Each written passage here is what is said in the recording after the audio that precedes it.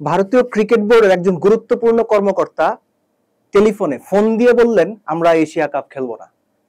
এটা একটা তামাশা, কিন্তু রিয়েলিটি হচ্ছে ভারত এশিয়া কাপ খেলতে চাচ্ছে না। আপনারা সবাই জানেন যে ভারতের মাটিতে আগামী এশিয়া কাপটা হওয়ার কথা, কিন্তু এই মুহূর্তে পাকিস্তানের সঙ্গে ভারতের যে রাজনৈতিক সম্পর্ক, সেটার বাস্তবতায় ভারত কোনোভাবেই এশিয়া কাপ খেলতে চাচ্ছে না। এবং বিসিসিআই এর কর্মকর্তারা নানান রকম যুক্তি দিচ্ছেন, না আমরা এখনো পর্যন্ত সিদ্ধান্ত নেই, আমরা এখনো পর্যন্ত চূড়ান্ত কিছু বলিনি, আলোচনাই হয়নি। কিন্তু রিয়েলিটিটা ভিন্ন। এই ঘটনাটা কেন ঘটছে? প্রধান কারণ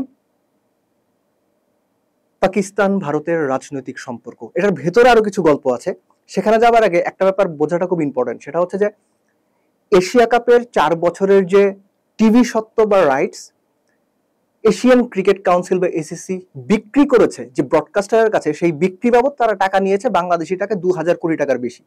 এখন প্রশ্নটা হচ্ছে, ভারত যদি এশিয়া কাপে অংশ না নেয়, এসিসির পক্ষে এই 2000 কোটি টাকার যে অঙ্কটা, সেই অঙ্কটা খেলা থেকে বের করা খুব ডিফিকাল্ট। কেন?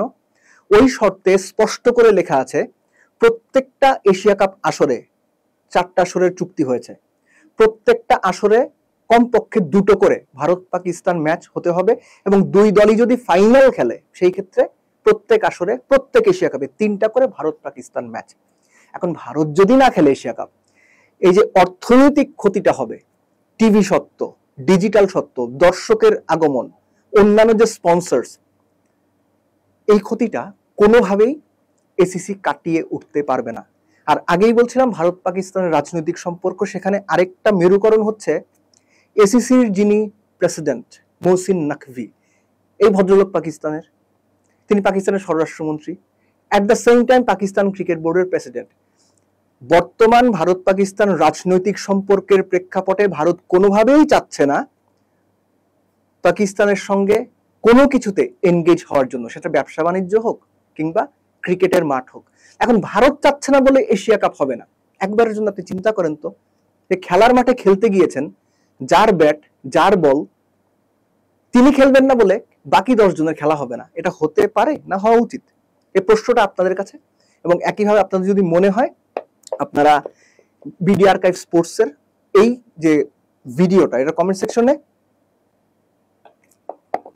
আপনাদের মন্তব্যটা জানাতে পারেন যে উচিত কিনা। এখন কথা হচ্ছে, ভারত যদি না খেলে এশিয়া কাপের ফরম্যাটটা কি হবে, কারা খেলবে?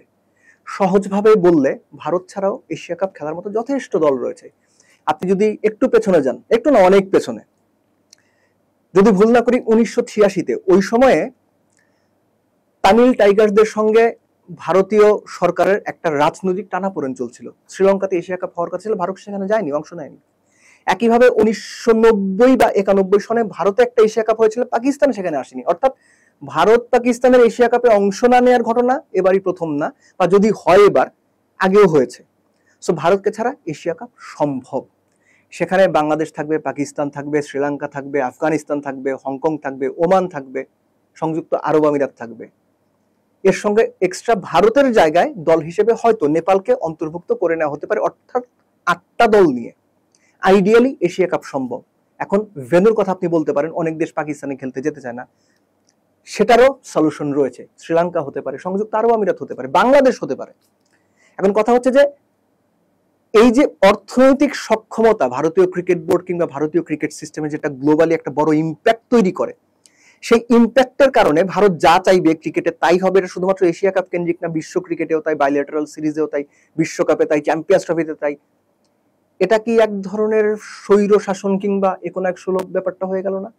সো আপনারা কি ফিল করেন, কি হওয়া উচিত, সেটা কমেন্ট বক্সে অবশ্যই জানাবেন। কিন্তু রিয়েলিটি হচ্ছে, ক্রিকেটের গ্লোবালাইজেশন করতে গেলে, ক্রিকেটটাকে ক্রিকেটের মতো চলতে দিতে হলে, কোনো পার্টিকুলার একটা দেশের জন্য কোনো একটা পার্টিকুলার টুর্নামেন্ট কিংবা ইন্টারন্যাশনাল সিরিজ কিংবা কোনো এসিসি বা আইসিসি ইভেন্ট হবে না বা বন্ধ হয়ে যাবে, এটা ক্রিকেটের জন্য ক্ষতিকর।